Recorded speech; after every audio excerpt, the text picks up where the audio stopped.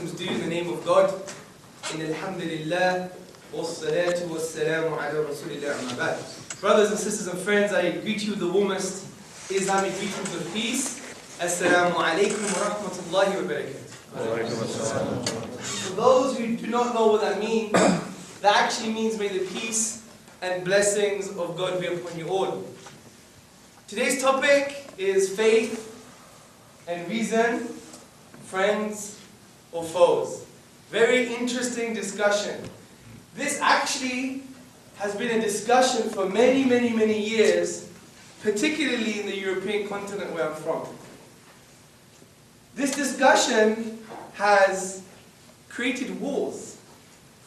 For instance, when we had an interpretation of the Catholic Church in Europe, it used to use the coercive arm of the state to prevent any ideas or any philosophies or any concepts that were not in line with church doctrine.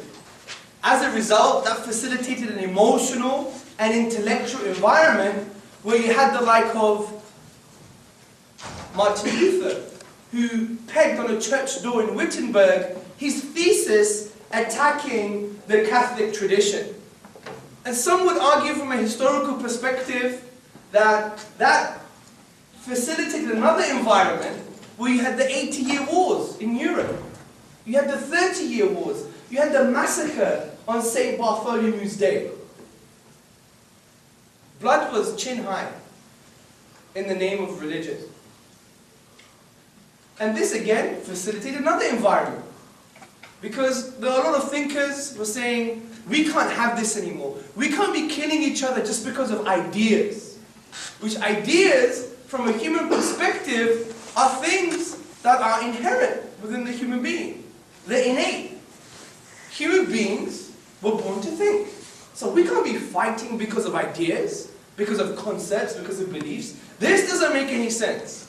So what happened? You had the likes of Locke, Hume, Hugo Grotius, Samuel Pufendorf, and many others that basically started to look at humanity as abstract entities, which basically means they viewed the human being as an individual that had no social attachments and obligations intrinsically.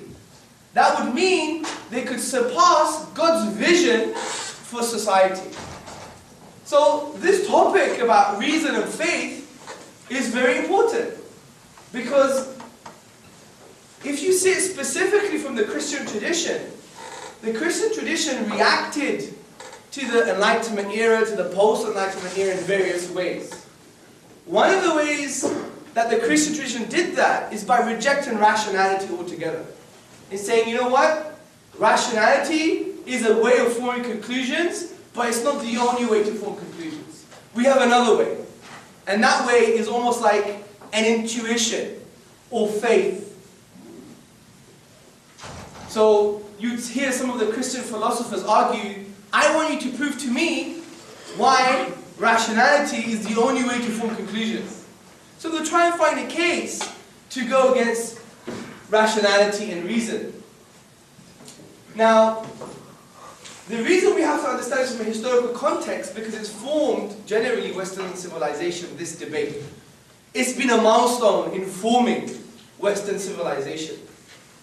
And the reason I spoke to you about European history is because we have to understand that we can't use it anymore to view other traditions. This is very important because we fall, us living in the West, brought up in the West, educated in the West, we fall for a logical fallacy. And that logical fallacy is that because religion was bad in Europe, because religion was trying to stop things from progressing, in Europe specifically, therefore all religions are the same. And that is the logical fallacy. And this is why sometimes you would read in various popular culture literature, works from Christopher Hitchens, God is Not Great, works from Richard Dawkins, The God Delusion, and other popular culture literature from intellectuals with a small I.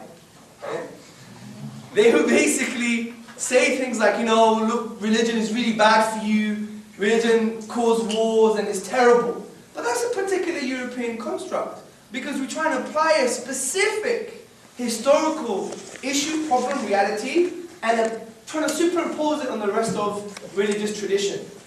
This is why Islam, which is the tradition of the Muslims, doesn't really have the same type of history. I would even argue it doesn't even have the same type of intellectual and historical baggage.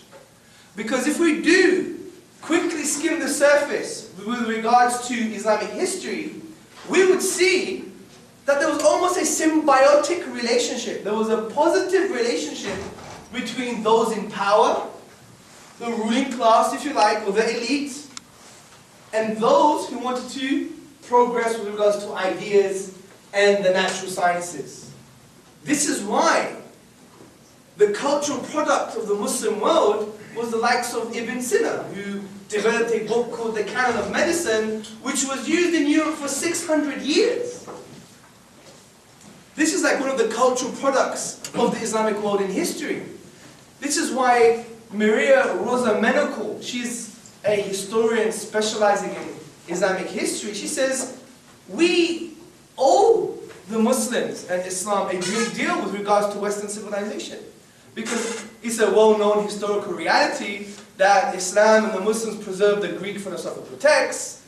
They took some of the concepts and ideas and developed them further with regards to the natural sciences, etc., etc. So it's important to understand this historical reality so we don't view other traditions in a skewed way, because we're bringing with us some type of intellectual baggage, if you like. You know, the Chinese, what do they say? They say, empty your teacup.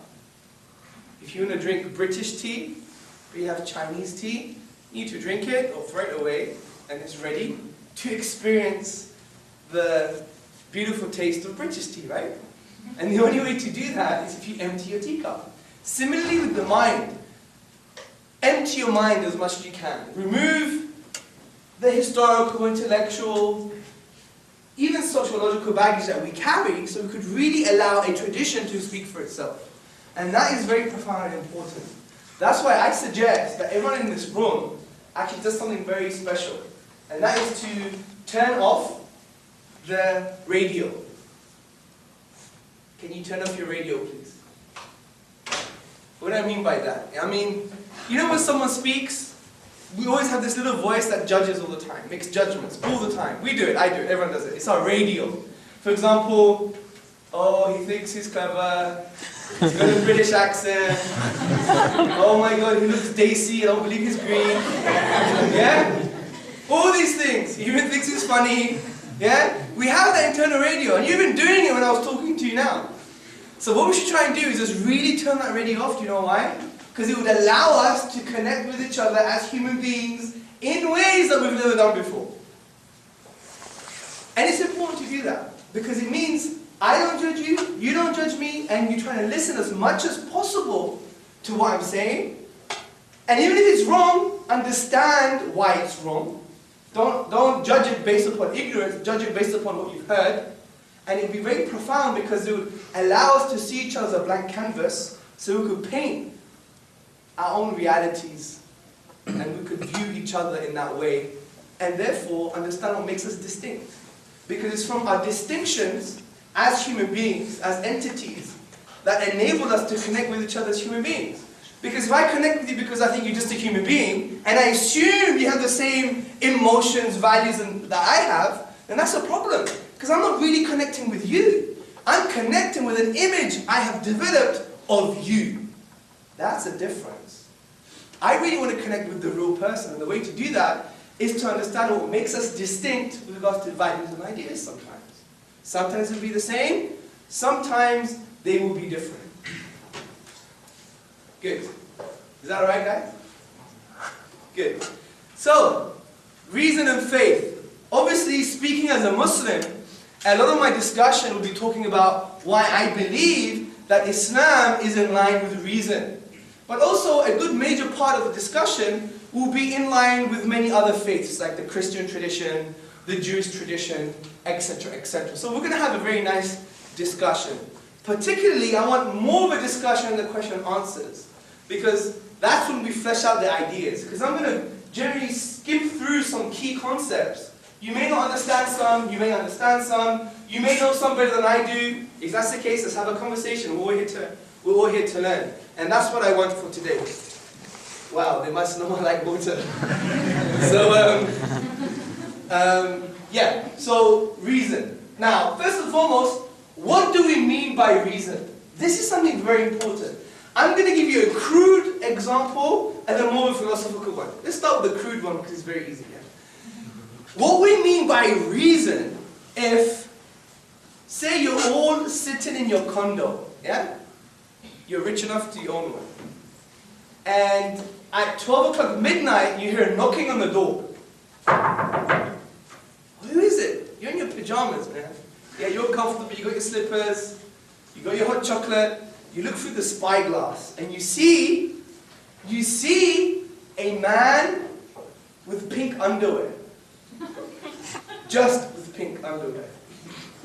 Alright, and he says, hello, I want to check your gas meter. I'm from the gas company.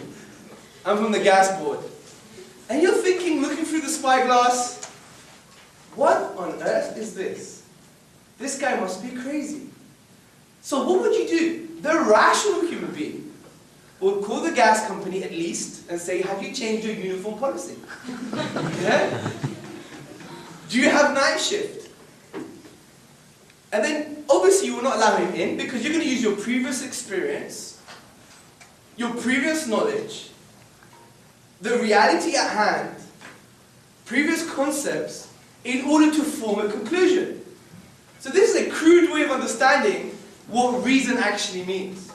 Now from a philosophical perspective, it's a little bit more deeper, okay?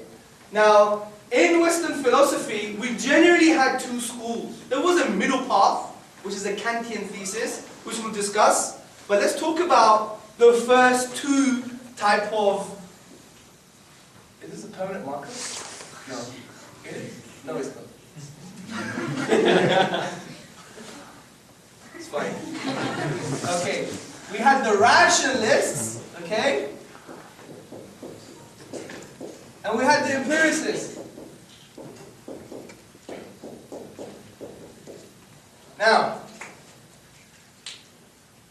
what we mean by reason today sometimes, especially on a popular culture level, is that people who are rational are empiricists. Because we always hear sometimes, where's your scientific evidence? You're not reasonable. You're not rational because you don't have scientific evidence. But in reality, it's not traditionally viewed as a rationalist position. It's an empiricist position. Now let me describe these two concepts. Now the rationalists, they had a thesis that basically you could gain knowledge independent of experience. Think about this. You can gain some knowledge independent of the physical world. And they called this, who knows? A priori, okay? And the empiricists, they said, no, the only knowledge you can gain is from experience. Touch and feel. That's the only reality. And they called this a postin... I forgot how to spell it. Who knows how to spell it? E-R-C. That's one. There you go. Yeah? Which you can only gain knowledge from experience itself. Now they had many arguments. Now the argument for the rationalists, and this is a Kantian argument to show that there are some ideas that we have that are innate. It's the innate concept thesis, for example. And he said specifically that no, there is an aspect of rationality that we have, meaning we can gain knowledge from innate experience, rather innate ideas and concepts, independent from experience. And he decided to use causality as an example. Causality. And this was a Kantian argument. And he said, look, how do we order our perceptions? Now, let me give you an example. Say I'm staring at the three people who have been talking during my presentation thus far, yeah? Say I'm staring at them, yeah? Now, I could see the gentleman first with the interesting checkered jumper. I could then look at the interesting lady with the hair behind the ears.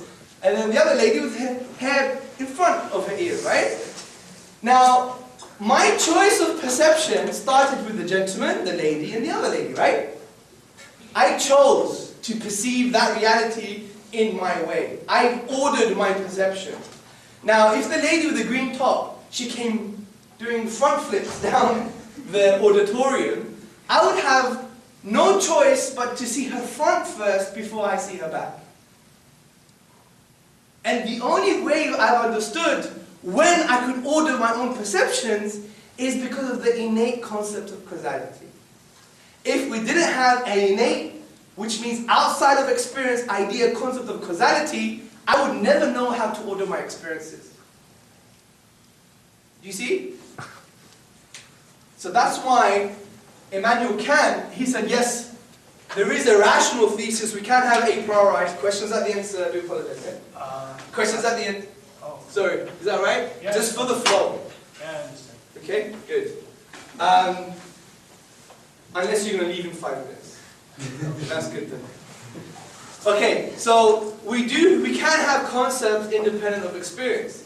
And this is why we had the other reality of mathematics, maths. Okay?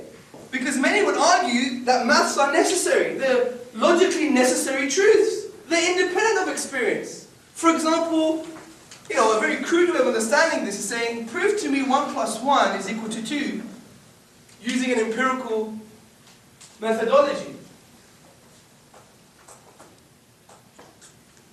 What is 1?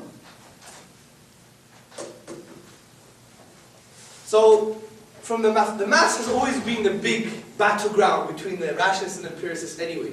But generally, here are some conceptual evidence to show that we do have innate concepts and ideas, which supports a rationalist thesis. Now the empiricists, they said, no, you could justify everything in the physical world. But I personally feel that causality and the mathematical realities couldn't be justified with an empirical approach. Couldn't be justified by just using experience. And that's the problem here. Because sometimes when we have discussions on the existence of God, when we have discussions of religious philosophy, you'd always see the claim, but it's not rational. But what they mean, it's not empirical. That's what it means. Because, for example, intellectuals like Richard Dawkins, he presupposes empiricism. He presupposes scientific naturalism to be true and the only way to form conclusions about life. Now, as a result of holding these two different opinions, there was a middle ground, but we could discuss that in the question and answers. But as a result of holding these two types of philosophies, the rationalists, they had claims to truth. Okay? They said there is such a thing as truth, right? Generally. But the empiricists, and this is my opinion, we have a further discussion, that they couldn't claim any truth. This is why it led to a philosophical position called skepticism. Now, one of the main reasons the rationalists would disagree with this is because they would say there are some foundational truths that exist. For example, how do we keep this building up? It's because the foundations work and the laws that we've used are actually true because they work. So they would say skepticism is entirely not an accurate philosophical position because you can have a basic truth and from those truths build and create other truths which they called epistemic foundationalism.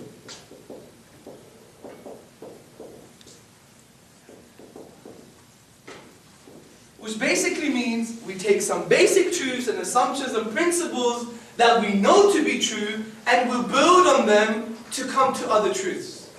Whereas the empirical view, the empiricists, generally will go down the line of skepticism, which means that there is no truth.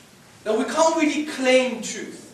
Now one way of dealing with this, and it's a very crude way of dealing with it, is by basically saying, you know what? How can you claim there is no truth? Because the claim of that there is no truth is the claim of truth. Do you see? So they would say the skeptic is self-defeating. The best thing that they should do is actually maybe shut up. Or just or just like politely suggest that there is no truth. Yeah? Also, skepticism doesn't really work in the practical terms, even from an empirical perspective, because we see things to be true, working, like the laws of physics, the foundations for this building. How would we ever build bridges if we presuppose a skeptical tradition? We would never be able to build bridges, man. We're like, oh, well, there is no truth, so, you know, we might sacrifice all these lives, and the bridge won't work. So, that type of skepticism, I think, was unhealthy. But there is a healthy type of skepticism, and we could discuss that in the Q&A. So when I'm talking about reason, I'm talking about combining a priori with a posteriori. That's what I mean. I mean that there is some innate concepts that we have. We have an innate concept thesis which we could justify with mathematics and causality. But also we do get knowledge from the external world. And this one, the middle ground, is what I mean by reason. But many neo-atheists, for instance, they actually forget this sometimes. And they are hardcore empiricists. And this is quite funny saying that. Stephen Hawking, he wrote a book called The Grand Design. And he wrote in his introduction, philosophy is dead. That's what he said. Because he seems to me, as a result of reading the book, that he has an assumption that the only way we could gain knowledge is from the external world, from experience itself. And we don't have any innate concepts that weave through the empirical world to create an understanding. And if you do read his book, you see at the end, there's a big contradiction. And it's because he's totally rejected the rational thesis. So, didn't I tell you? I'm making trouble, guys. Look. Who gave me this? Is this a joke? Alright, it doesn't matter. Okay, there's other pens here, that's good. So wait, let me just test something out. Because it usually works if you combine it. There you go, see? Magic. God exists, right? Someone has to do this now. I'm not going to do it now. You guys do it. Okay? But anyway, but it can be done. Good. So if you've understood something here, then you understand that we're going to combine a rationalist and empirical approach to come to the conclusion that actually faith, and I would argue specifically the Islamic faith, is in line with reason. But we have to take this with a pinch of salt, because both methodologies do still have assumptions that they cannot justify. They have to start somewhere. For example, the empiricist, he starts with the assumption that the external world exists. The external world is real. You can't really prove that. You can't really 100% prove it. Because how do you know your brain is not in a vat and it's in Mars and someone's got like probes in your brain making you feel the things that you feel? You would never know. How would you know? So you do start with some assumptions. So when we say, reason and faith, proof, evidence, we basically mean, or I basically mean, good reasons to believe. This is what we mean. We have good reasons to believe. Because if you think about it from an Islamic theological position, we have this concept called fitra, okay? And this concept is basically, can be described as innate dispositions. We believe that we've been created with an innate disposition that can acknowledge basic morality and the oneness of God, for instance. And this is almost like an inherent assumption that we don't need to prove because it just is. And we use that to build the world. So there is a way of transcending rationalism and empiricism by just discussing a theological concept called the fitra, but that's in the Q&A because you might lose everybody if we discuss it now. So, how can we show now, by using a rationalist and empirical position, combining them together, which I've called reason, how can we use this to show that faith and reason are actually friends and not enemies? How can we show this? Well, the way to show this is by showing, using reason, that the foundations of a particular tradition are justified. For instance, from an Islamic perspective, these foundations are God, the Quran, and somehow the people would argue prophethood.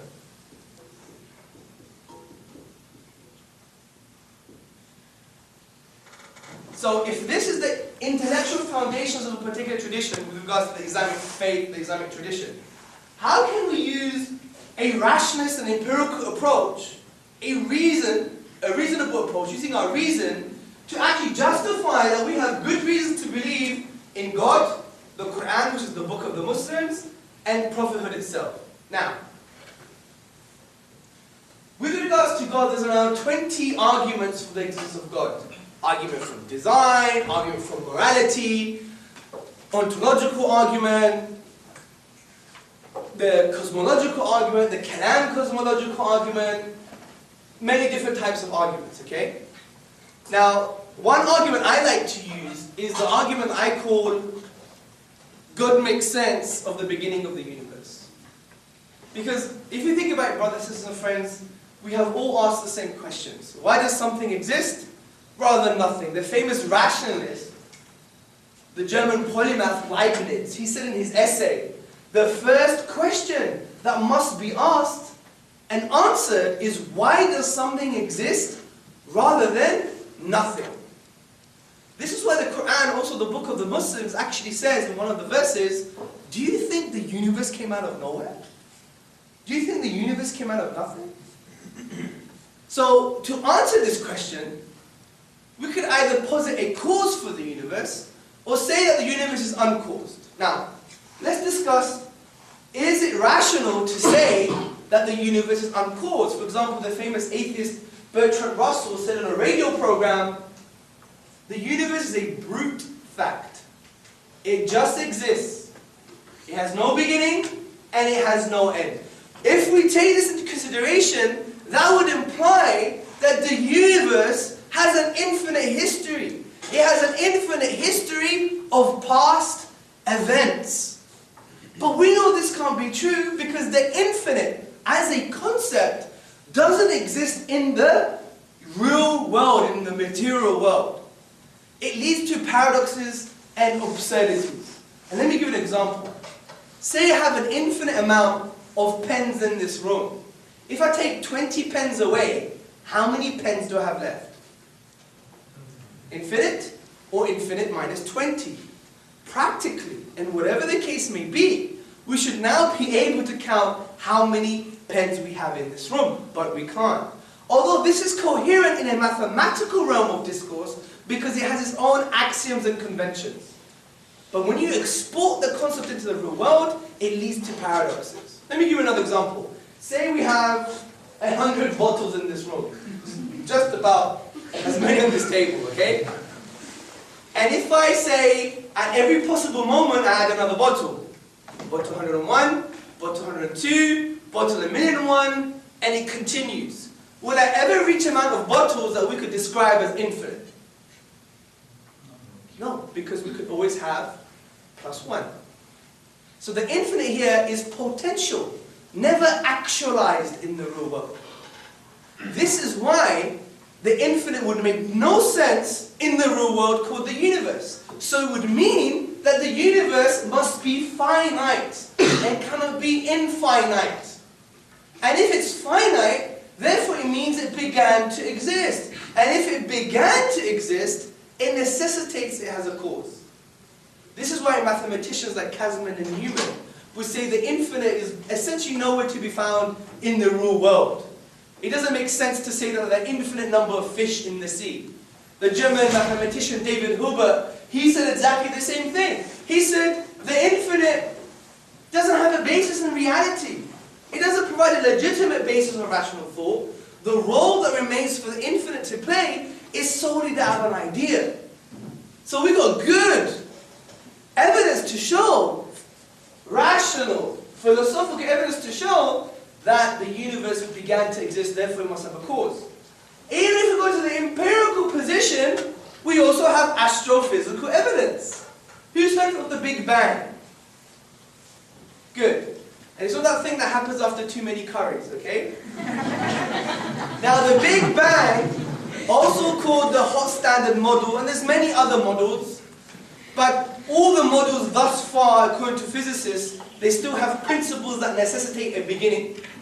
So let's talk about the hot standard model. The hot standard model basically states that there was a point which cosmologists call singularity, where apparently the universe came into being, time came into being, space came into being, all matter and energy were created at that cosmic event.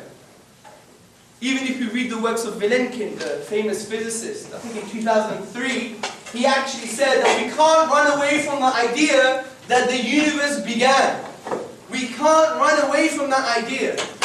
So it would mean that a proponent of this astrophysical cosmological theory that the universe began to exist.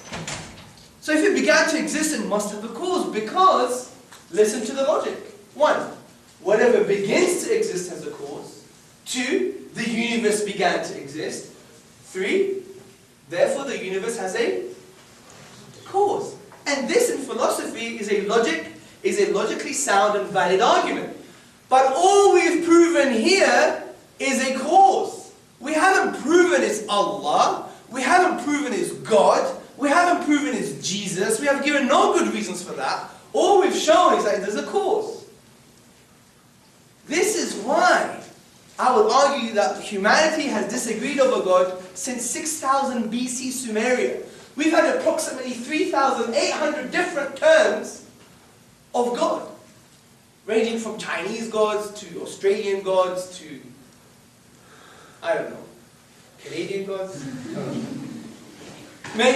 We've differed with many different descriptions and names. God knows, alright?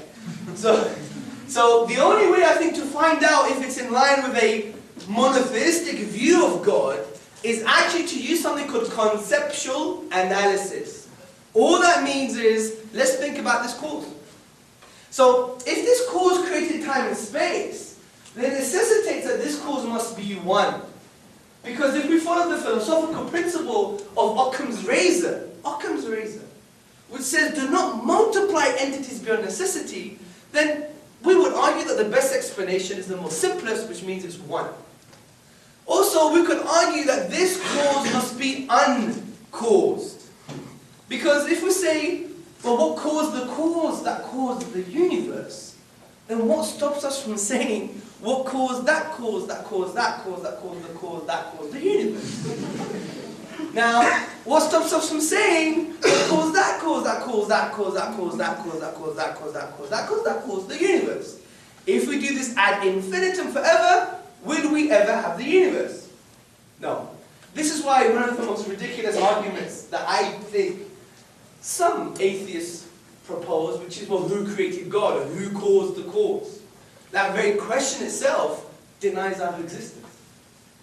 So it must be uncaused. Also, I would argue must be immaterial and transcendent. Because if it created time and space, it must transcend time and space. And time and space indicates that the material world exists within time and space. Anything outside of that, we suspend judgment. We have better reasons to believe that it is immaterial. Significantly, this cause must have a will. Because if it has a will, it means it can choose. If it could choose, it can have a personal relationship with personal agents in the universe. So how do we know this cause has a will? Because we could argue it chose. Because if it's eternal and brought into existence a finite effect like the universe, then it must have chosen the universe to come into existence. And choice indicates a will, and a will indicates it can interact with personal agents in the universe. So just by using reason, some empiricism, conceptual analysis, we come to the conclusion what Islam concluded 1400 years ago, as the Quran, the book of the Muslims, said in the 112th chapter, say, talking to the Prophet Muhammad sallallahu alaihi wasallam, which means peace and blessings be upon him, say, God is one. The absolute, the eternal. He begets not, nor was he begotten, and there is nothing like unto him. One, eternal, immaterial. So just by using our reason, we have good reasons to believe that God exists. So, for the sake of Q&A, I'll just go, there you go. Okay? So we've established one intellectual pillar of the monotheistic creed with regards to the Jewish, the Christian and Islamic traditions. There may be other traditions that believe in a God. This is the separation factor. This is the differentiation. This is the differentiator, if you like. As even the Quran says, the Al-Furqan, the differentiator. Because the Quran describes itself as the differentiator. Because if you think about it, Scripture differentiates itself from other traditions. That's what defines a particular tradition as itself. For example, how do we know about Christianity? We go to the Bible. How do we know about biblical Christianity? We go to the Bible. How do we know about Buddhism? We go to the Scriptures. How do we know about the Jewish tradition? We go to the Torah. How do we know about the Hindu tradition? We go to the various books that they have, etc., etc. So, how can we argue using empiricism, rationalism, reason, that the Quran is not from the natural world? We've got good reason to believe it's a signpost to the transcendent. There's many arguments, but first and foremost, let's discuss what the Quran actually is as a book. Now, I would humbly argue that the Quran is a very interesting book. It's an imposing book. Yeah? It wants to impose itself on all humanity. But this imposition is very positive because it wants to intrude into the inner dimensions of the human being. And the way it intrudes into the inner dimensions of the human being is by asking profound questions. أَوَلَمْ يَتَفَكَّرُوا فِي أَنفُسِهِمْ? Do they not reflect within themselves? The Quran can be described as a very existential book, meaning it talks about the reality of the human being. What does it mean to exist? See, the Quran doesn't accept a socialization thesis. The Quran does not accept a socialization thesis. It doesn't say you should be and are just a product of society. No.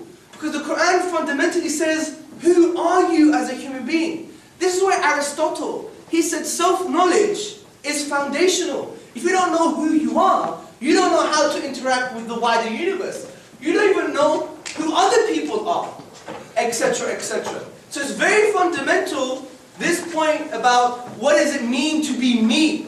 A very profound question, brothers and sisters and friends. What does it mean to be me? So the Quran actually says, are you just a product of society? Are you just a product of biology? Are you just a product of circumstance? Are you just a product of political situation? Are you a product of Canada? If you are just these things, then it doesn't make you any different from a robot. Let's type in the social biological code and we act in accordance with that. That's not a very healthy way of looking at the human being. A healthy way of looking at the human being is what the Quran says. Eloquently, are you just going to follow your forefathers?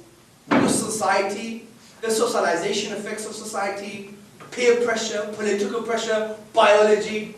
Are you just a product of that? The Quran says, no, think about your reality and what it means to be you. This is why the existential philosophers, they used to have this concept called thrownness. That you're thrown into reality. And you just have to accept reality and then create a new being for yourself and try to deal with reality. Similarly with the Quran, it's very existential that way. So, it's a book that makes you think, definitely. If what I'm saying is correct, then it definitely makes you think.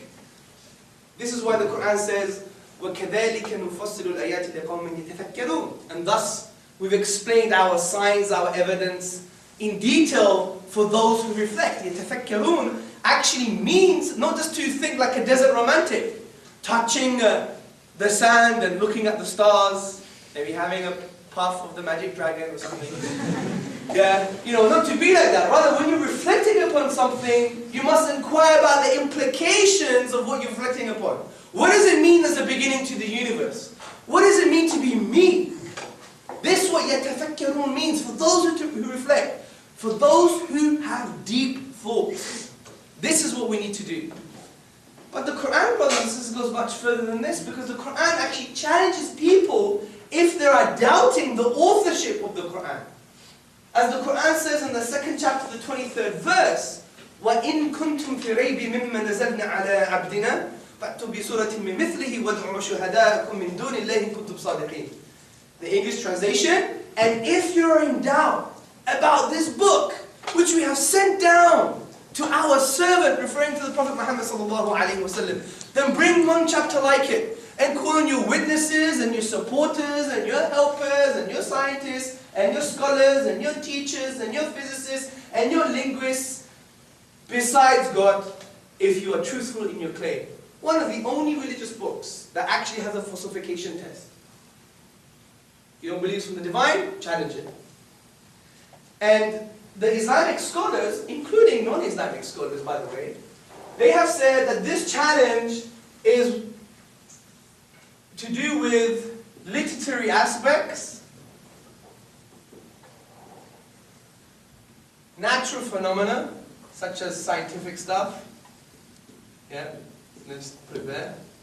And you have other things like numerical consonants. Numerical consonants, with the coherence from a numerical perspective. Now, let's start with the easiest one, numerical consonants. So look, we have to understand that the Quran was revealed over a 23-year period, and many of its verses were revealed instantaneously for specific issues along the historical period of 23 years. There were issues, Quran came down as revealed verses to deal with particular problems. There's approximately 6,000 plus verses in the Quran.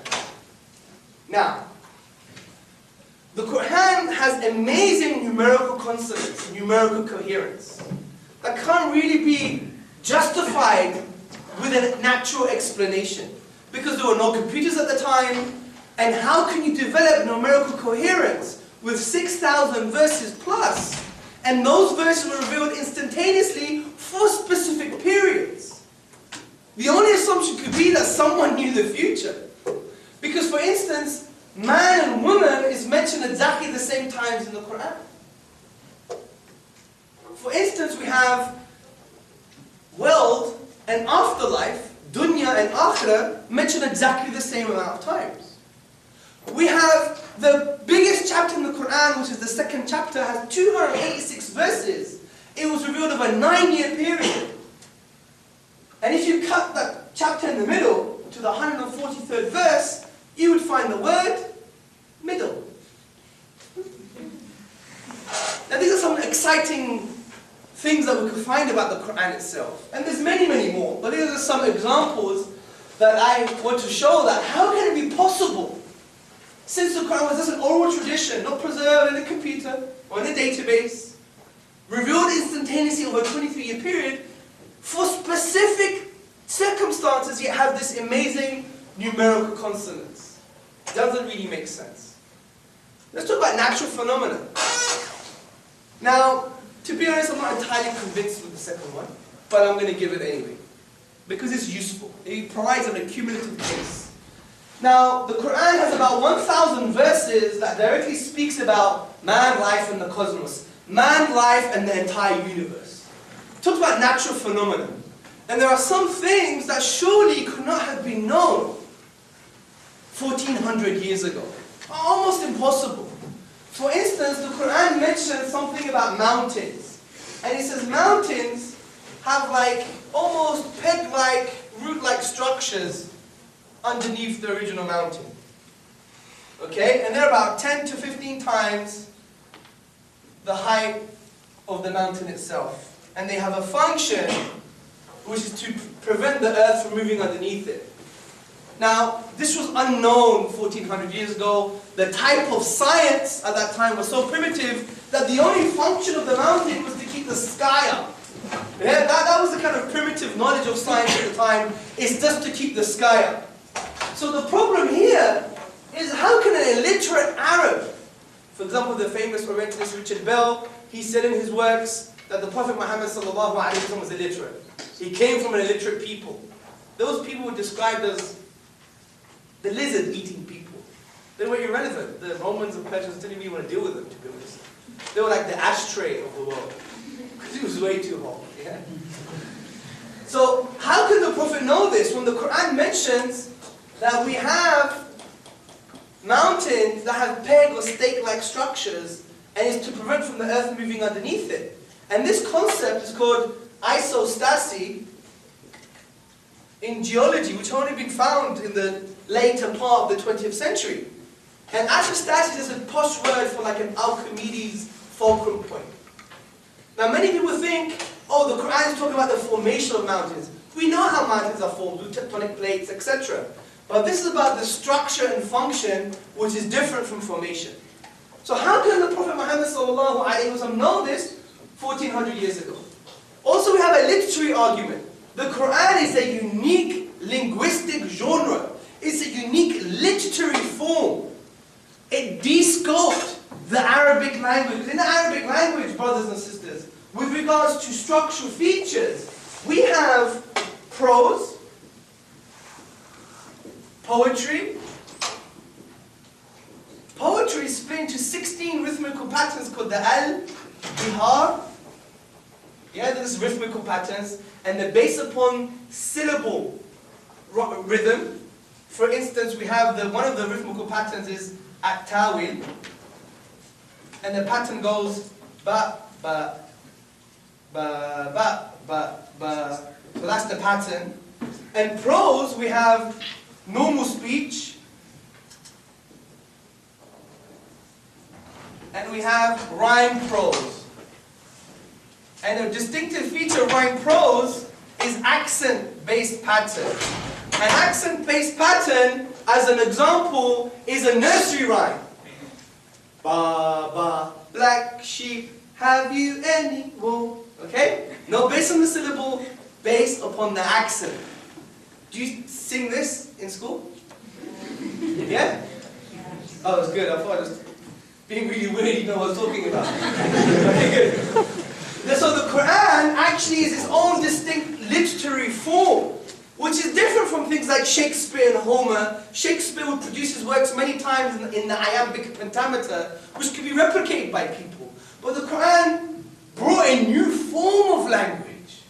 This was problematic. This is why A.J. Arbery, the famous Orientalist, and translated the Quran, he said the Quran is neither prose nor poetry. Professor Bruce Lawrence from Duke University, he said, as tangible signs, Quranic verses are expressive of inexhaustible truth. They signify meaning, labeling meaning, light upon light, miracle after miracle. So the point is, how do you explain this? Well, you may say, well, I don't know anything about Arabic language. Why do I believe you that there's prose and poetry? Maybe you're lying. Maybe you're a charlatan. Maybe you're just an idiot. Maybe, yeah? There's a possibility, yeah? But the point is, I'm going to show you something that you wouldn't even require you to know even one word of the Arabic language. And what I'm going to use is something called logical deduction. And logical deduction is a thinking process where we start with a universally accepted statement and from that draw logical conclusions. Let me give you an example.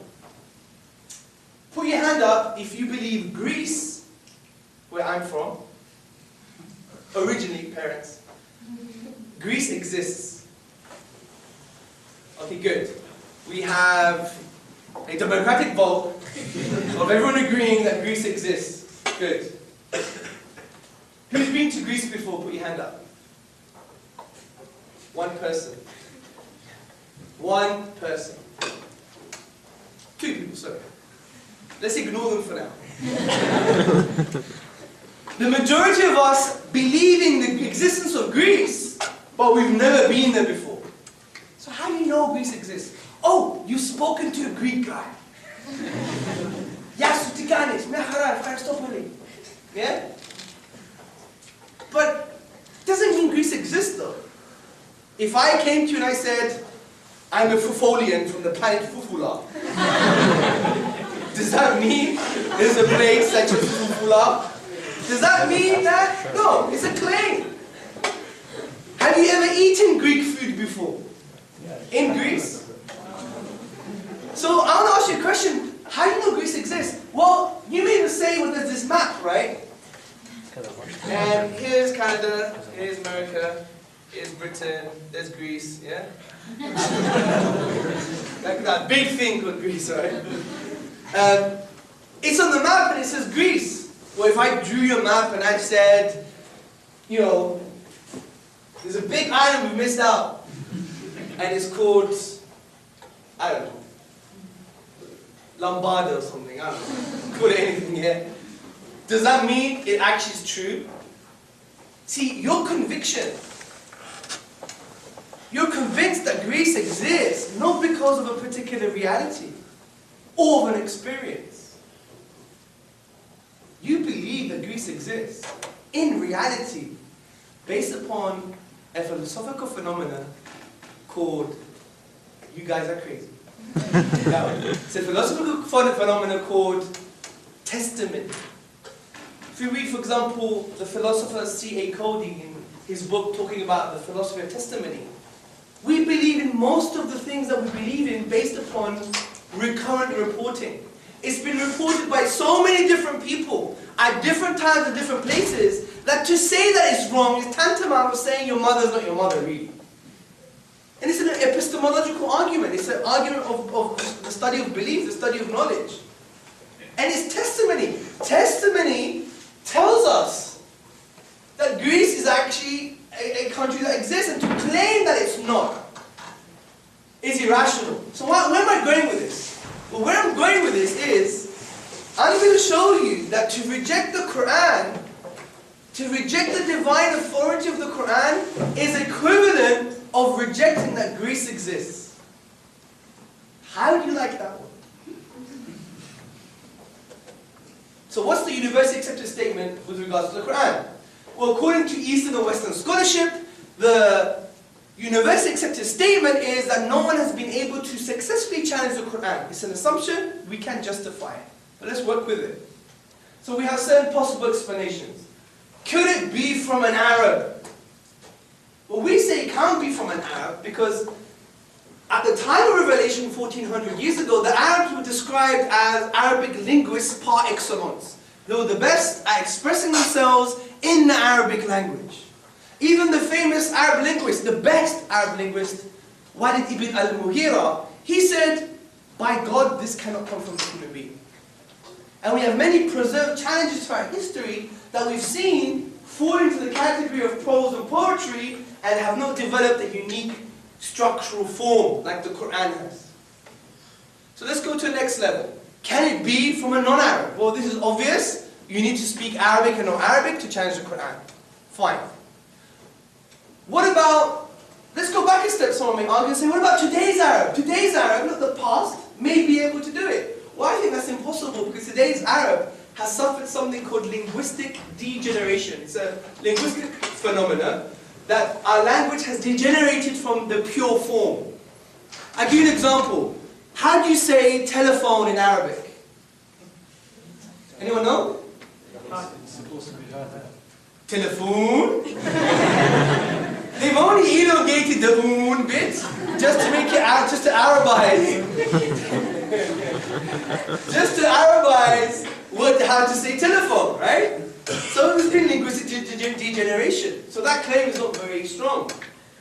So who's next? Some may claim that Prophet Muhammad, peace and blessings be upon him, is the next option. Or some Orientalists say he was just a unique genius. But there's a problem here. And the problem is, Arab too, and logically speaking, if one Arab could do it, we have the same tools, the same blueprint, we should be able to do it too. Also, we know from a psycholinguistic perspective, the Quran is in a divine voice. It doesn't fluctuate in the type of psychological impact it has. It's in a divine voice. But we know every author has some of his character inserted in the text. This is why when we study psycholinguistics, we have something called grounded theory, discourse analysis, etc. that enables us to understand, where's the emotionality, intentionality, psychology of the author. But the Quran is in the divine text. And this is almost impossible, I would argue, since the Prophet Muhammad ﷺ, he experienced a 23-year prophetic history of challenge, of boycott, of torture, of his companions dying, his children dying, his wife dying, boycotted from his beloved city, stoned by children, blood running down his legs. But these emotions are not reflected in the Quranic discourse. I would argue this is almost a psycholinguistic impossibility. Also, we have the prophetic teachings of the Prophet Muhammad are distinct in style from the Quran itself. How can someone maintain this for 23 years continuously? Also, we know that every human expression can be emulated. Who studies art here? You uncultured block. Okay, art for instance, okay? Now in art, we have things like Impressionism, Post-Impressionism, whatever the case may be. The first artist who developed this new form of art was like, wow, it's amazing. But since we have the blueprint of the original art form, we can emulate it, we can copy it. We have the tools and techniques, we have the brush strokes, we have the texture, we have the paints, we have the art itself. But we have the blueprint of the Quran, which is today, we have it today. We have the words and letters of the Arabic language and the finite grammatical rules, but we can't exhaust them to produce the Quran. Impossible. Because human expression can be emulated. This is why there's even a difference of opinion with regards to Shakespeare. They say some of his works are attributed to Christopher Marlowe, for instance. Some even say that Shakespeare wasn't one man, he was a couple of guys. So, who's next? Because we've got good reason to believe it can't be from the Prophet Muhammad sallallahu alaihi wasallam. Who's next? Now from a Christian perspective, and I've had this discussion with Christian theologians at the School of Oriental and African Studies in London University, they would say, it's from the devil. Right? That's the other option. We agree it can't be from an Arab, we agree it can't be from a non-Arab, we agree it can't be from the Prophet Muhammad sallallahu alaihi wasallam, but don't jump to God because it could be from Satan. And then I said to this particular gentleman, well, how do you know Satan exists? And his reply was, because your Quran says so. Oh, so you believe in Quran, do you? I said, give you another chance. He said, well, the Bible says so, the Torah says so. But the problem is, this is an unseen reality, and the only way to justify it is by scripture, and I'm not going to take it for face value. You would have to prove to me why that scripture is true. So the onus of proof is on them. So from a logical deduction perspective, we've got good reasons to believe that the Quran itself has come from the divine, based upon this logical deduction. So again, we can have our tick. There you go. The second intellectual pillar of Islam. Now the third and final one is an interesting one. It's actually not necessary in my opinion, because the Prophet himself was the carrier of the Quran, and he's mentioned in the Quran. And it just logically follows that he would be a prophet if he carried a divine message. But we could do an external analysis of his life to find out how he really was the prophet. Now there are certain arguments we could use, and I'm adopting a C.S. Lewis. He was a Christian literateur and he was a Christian philosopher. I think he was overrated. I think the Russian Dostoevsky, he was also a Christian apologist. He was a far better writer. Don't get me wrong, C.S. Lewis was a great, great, great writer. But I think Dostoevsky is much better. And many other Christian theologians actually agree with that. They say Dostoevsky, the Russian writer, was quite powerful, especially when he talks about morality and stuff like that. Anyway, so the Prophet sallallahu alaihi wasallam could have been a liar, deluded, both, or truthful. Well, first and foremost, it's irrational to call him a liar, because even his enemies would trust him. His enemies called him the trustworthy. His enemies used to give him money to hold. They wouldn't even trust their own people. The Prophet Muhammad ﷺ was not known to be a liar at all, to the fact that he would bring tribes together. Was he deluded? Was he just a madman? Well, this is quite a crazy argument. It's a deluded argument to claim he was deluded. Because the Quran, for instance, has a beautiful argument against this and says, your companion is not deluded nor astray. The word here is companion, meaning intimate friend. You've known this guy for 40 years. If you knew he was mad, you would have known before. There was no signs indicating this. Also, we know he's not deluded because the things he taught are not the result of a deluded man. Feed the neighbor. You're not a true believer if you leave your neighbor hungry. Or if you disturb your neighbor, whether they're Muslim or non-Muslim. You're not a true believer unless you love for others or you love for yourself. Also, not even that, because things may be termed as common sense. But what about economic theory? The Prophet Muhammad, peace and blessings be upon him, developed a whole economic model which we could discuss in the Q&A. This is why the Prime Minister of Ireland, he said if we had the Islamic economic system, we would not be in the problem we have today. This is based on stability. We don't have this fractional reserve type of banking. We don't have free-floating money. It's pegged on gold and silver. We don't have interest, which is an impediment to the distribution of wealth. We have a unique geopolitical model, which means there are essential limited needs and enough resources. If you compare that to liberal capitalist model, too many needs, not enough resources, creates competition.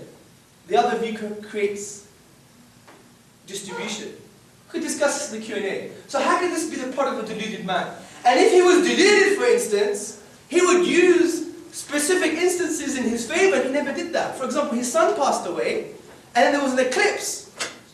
And everyone thought, oh my God, God made the eclipse because your son passed away. What did he say? He said, no, I'm just a man. He didn't use that in his favor. So we have no reason historically to believe he's deluded. Can he be both? This is a logical possibility. Can you have a triangle with 4 sides? No, because a liar is someone who knows he's lying, but yet keeps on lying. And a deluded person thinks he's speaking the truth, but is baseless. Another view, just to add that he couldn't be a liar, because look what he sacrificed. He was on the battlefield, protecting the Muslims and people. With swords, sacrificing your life. He didn't gain no money. He was offered women, riches and power and rejected it just for the expression of the monotheistic creed. Is this the psychological profile of a liar? To claim such a thing is the equivalent of claiming your mother is not your mother. So we got good reasons to believe he's truthful. So we have another tip. So brothers, sisters and friends, from our discussion of rationalism, empiricism, using reason, we have shown interesting reasons, good reasons to believe in the existence of God, the inimitability and miraculous nature of the Quran, and the truthfulness of the Prophet Muhammad sallallahu alaihi wasallam, all of which provide a justification for the Islamic worldview. I want us truly, in the Q&A, to have a frank discussion. As we said in the beginning, we turn our internal radios off. We want to connect with each other as human beings. So I want us to follow a very nice value, and it's an Islamic value as well. The Prophet Muhammad sallallahu alaihi wasallam said, the cure to ignorance is to ask and learn. And in this light we should proceed, and it's important we do so. And I also ask you, if you have questions that are not directly related, don't be shy. If you have problems with Sharia law, or if you have problems with cutting the hand of the thief, or you have all these kind of outdated cliches that exist in the paradigm of Fox News, and manifest themselves from the lips of Bill O'Reilly. No, to be honest, we all fall for that narrative. Do you know why? Because that's all we have. That's all we have. We have a dangerous media, and we have Muslims who don't speak about the tradition. And we should do this as human beings, to connect with other human beings. Anyway, I think it'll be a 10-minute break. Those who haven't prayed Maghrib should pray Maghrib. Subhanaka Allahumma wa bihamdika. Ashhadu an la ilaha illa anta wa astaghfiruka wa atubu ilayk. See you in 10 minutes, guys.